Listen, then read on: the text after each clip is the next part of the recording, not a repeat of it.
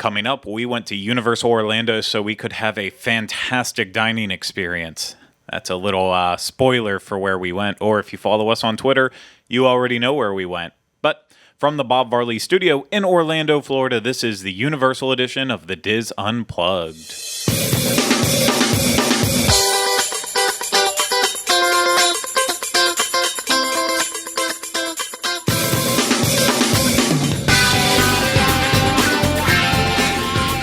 This is episode 205 of the Diz Unplugged Universal Edition.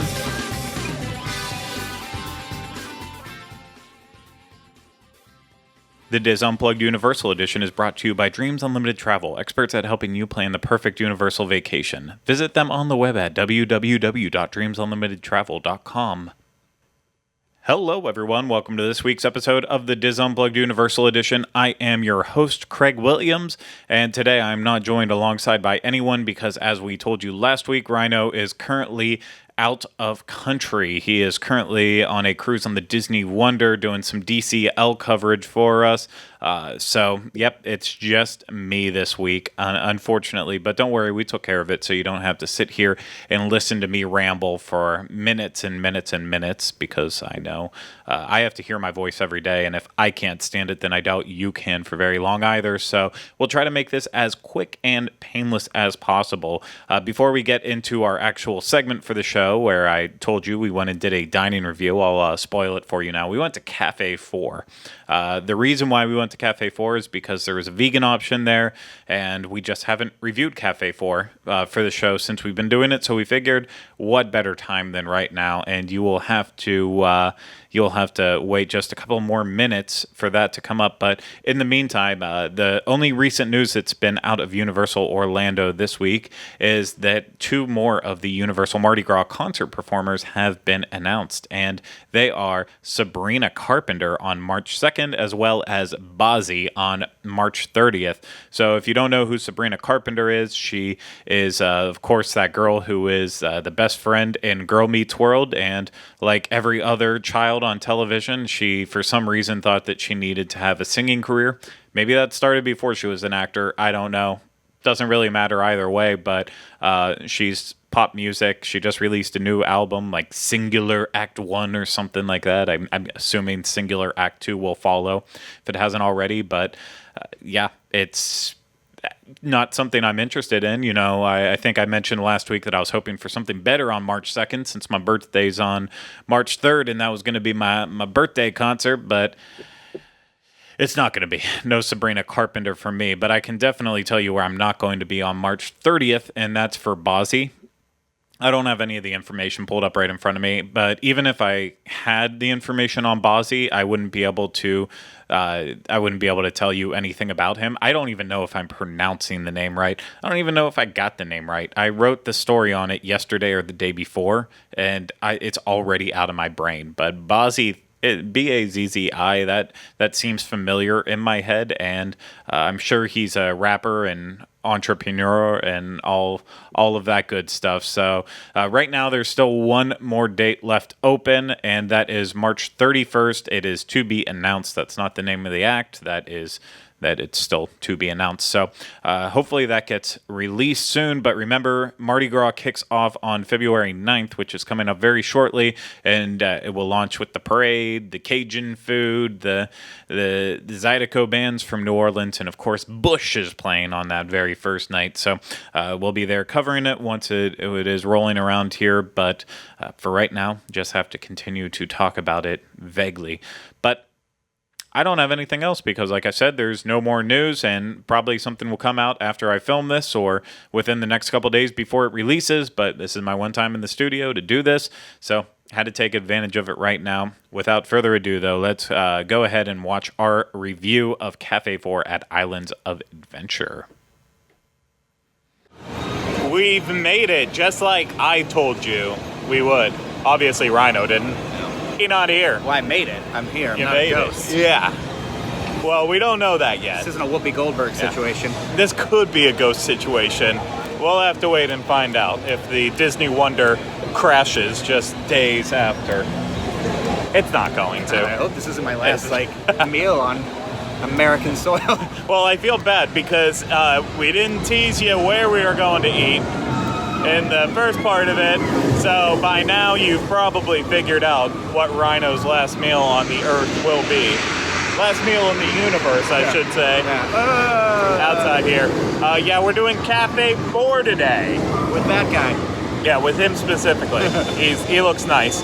Yeah, we're doing this because you might remember back in not January, either November or December, we went and tried out some of the new vegan options that popped up all around Universal Orlando. And Cafe 4 is home to one of the new vegan options. I can't remember which one it is, but I think it's an Italian dish because it's also available at Louis. So, yeah, we're gonna be able to try out that, continue on our look at vegan food as well as, well, can Cafe 4 actually put out a good meal in general? So I've never eaten here. I don't know. it's been so long. So we know Fantastic Four movies are generally crap. Can't put out a good movie. So how can they make a good restaurant? You know what they say? No. Terrible in the box office, awesome in the kitchen. Classic saying. Bye. I think they did. Yeah. So we're gonna head inside Cafe 4.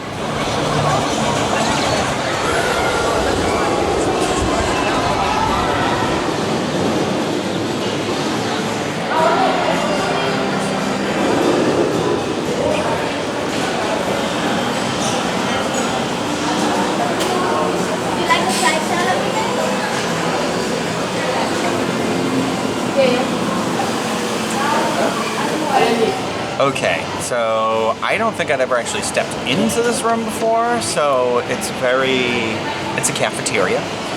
It's got some Fantastic Four projections on the ceiling that are whatever, and that's that. It's very basic offerings. You got your pizza, spaghetti, salad, and I feel like that's it. And for the vegan option that I went with, oh, and you have sandwiches, meatball sub, and the chicken parmesan. But I went with the vegan option, which was plant-based. It's spaghetti bolognese with plant-based Gardine Italian sausage crumbles. And it looks incredibly messy. But I've noticed the best part about ordering vegan oftentimes is that it's never ready when you get there, so it's always nice and hot when they bring it out. So I don't normally like spaghetti. I'm not a big red sauce fan, so I was a little disappointed that's kind of the only vegan option here, I guess. But we walked into an Italian joint, so I don't know what I expected. So I'm just gonna get a little handful here. Gonna try it, just plain, naked. It is already filthy, dirty, everywhere on me.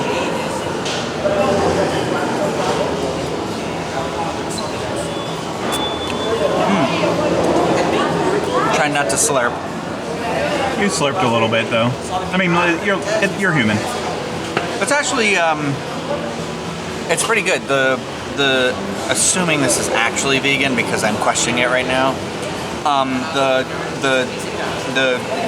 vegan sausage is actually pretty flavorful. There's definitely that spice in there of that, which definitely elevates because it is like, you gotta think lunch lady spaghetti noodles. That's what you're getting. So the sauce is it's actually pretty decent. And I don't normally like red sauce. Like I said, it's flavorful. And this whole thing costs $12.29 if it was with the combo. I believe it was a little bit less without it because, like everywhere else, a lot of the other dining places, they try to get you to get something with the combo. It's not milkshakes here, it's the side salad. But Craig, why don't you try yours before it gets cold, or try this and yours at the same time?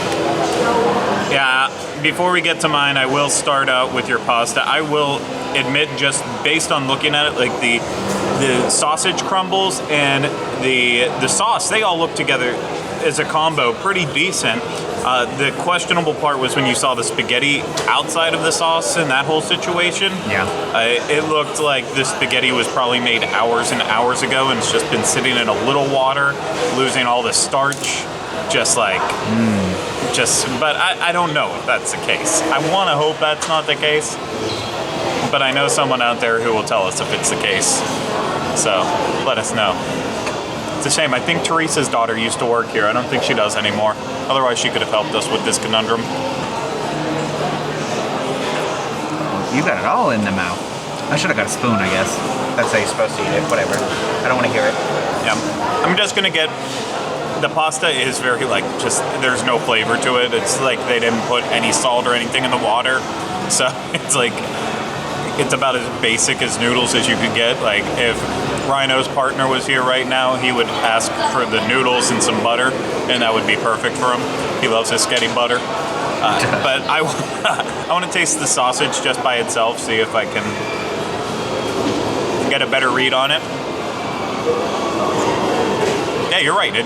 It does have a little bit of spicy, so the crushed red pepper that we have right over there would help out a little bit more to bring it out. But there's a decent spice to it, and yeah, I really wouldn't be able to tell that it was vegan unless we knew. If you told me that was regular old sausage, I would have taken your word on it. So that's slapped you with one of those noodles. That's what I'm learning lately, is that somewhere in my mind I made up that everything had to be soy, and maybe it is soy, but it doesn't taste terrible. So that's Reflections with Craig. Sorry, I just wanted to get out the receipt and waste some time looking at the cost of mine. So we're going to move on to mine. I got the chicken parmesan sandwich.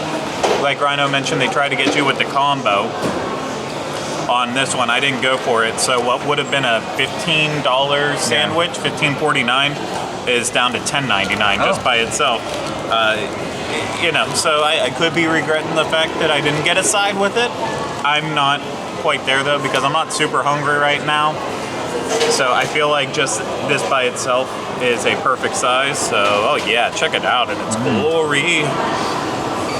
It actually looks terrible just looking at it. I didn't know it was chicken when they gave it to you. I was like, that's a meatball sub. And I was like, oh no. I thought the exact same thing, so I'm glad that we both saw it. But it's not about what it looks like, it's about how it tastes. Well, it looks like it's not gonna taste good. The bread's very pale.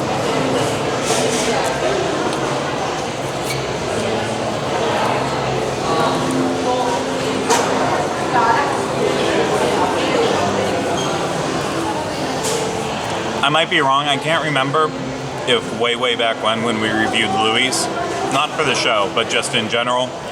I want to say I got the chicken parm sandwich then, but I don't remember.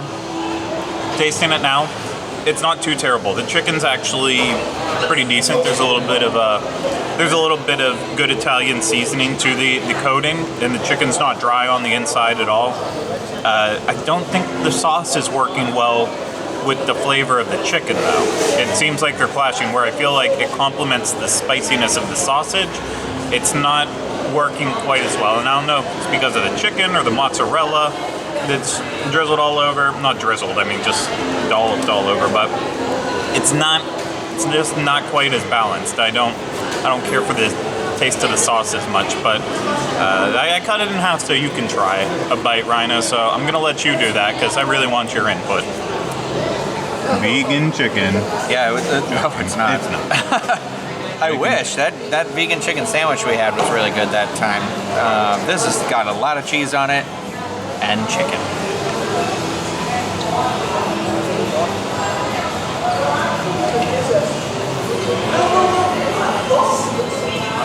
Okay, so my first thought when they gave it to you, because I thought it looked like meatballs, was that, wow, that's going to be incredibly saucy.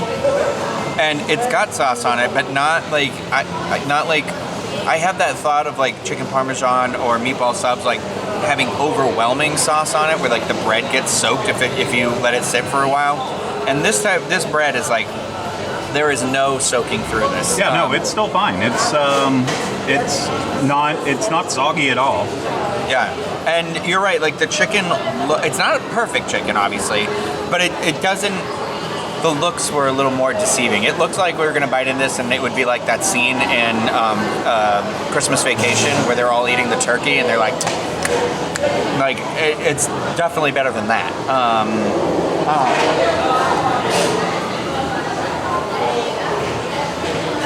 I mean, it's not terrible. It kind of all tastes cheap. You know, like it feels like they were like, what's the least expensive way we can make this, and they did that. So it's clearly that quality wasn't a thing with this sandwich. So I don't know.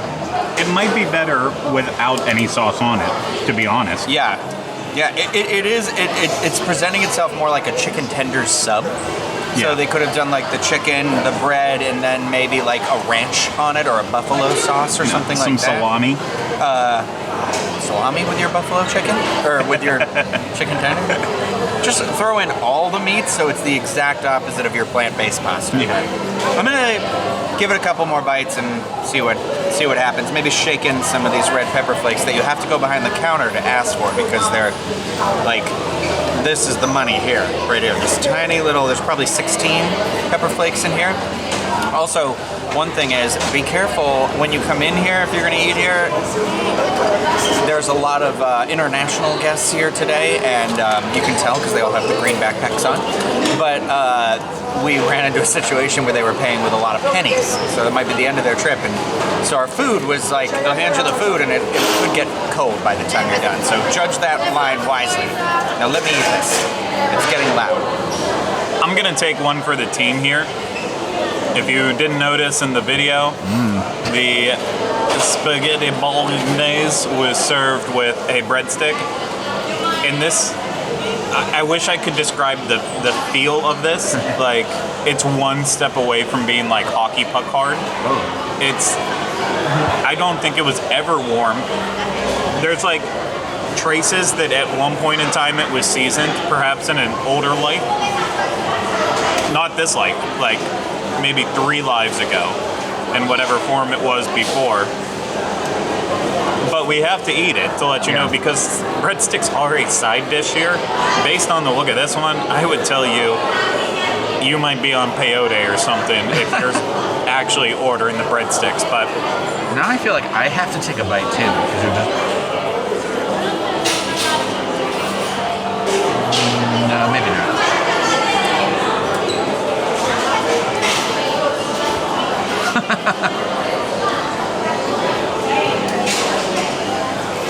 it's awful. Not even the sauce can save it. There is some seasoning on there because I'm getting like a mint flavor. A mint? It's not mint. I can't. Is it oregano that kind of has that? Yeah, oregano. That's been used on it at least, or it came from the sauce and transferred on there. This is awful though. Like, you will have better luck if you go get the Texas Toast breadsticks in the freezer department of your grocery store. Put those in the oven and cook them and eat them. Those are freaking gourmet compared to Olive this. Garden? It's not an Olive Garden meal, but so this lies like, we'll say Olive Garden is the peak of breadstickery, and then Texas Toast made it home, and then Cafe 4. So, but I do think you actually need to try this now. Okay. It's garbage. Rather than go for the side that you fingered quite a bit over here, I'm gonna go for your mouth feels. I could just cut it off, but Oh, you really committed on that one.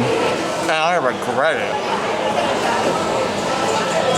Because, boy, is it hard to get my teeth through this bread. You can spit it out. We have an extra spit plate. Now you're swallowing. You committed.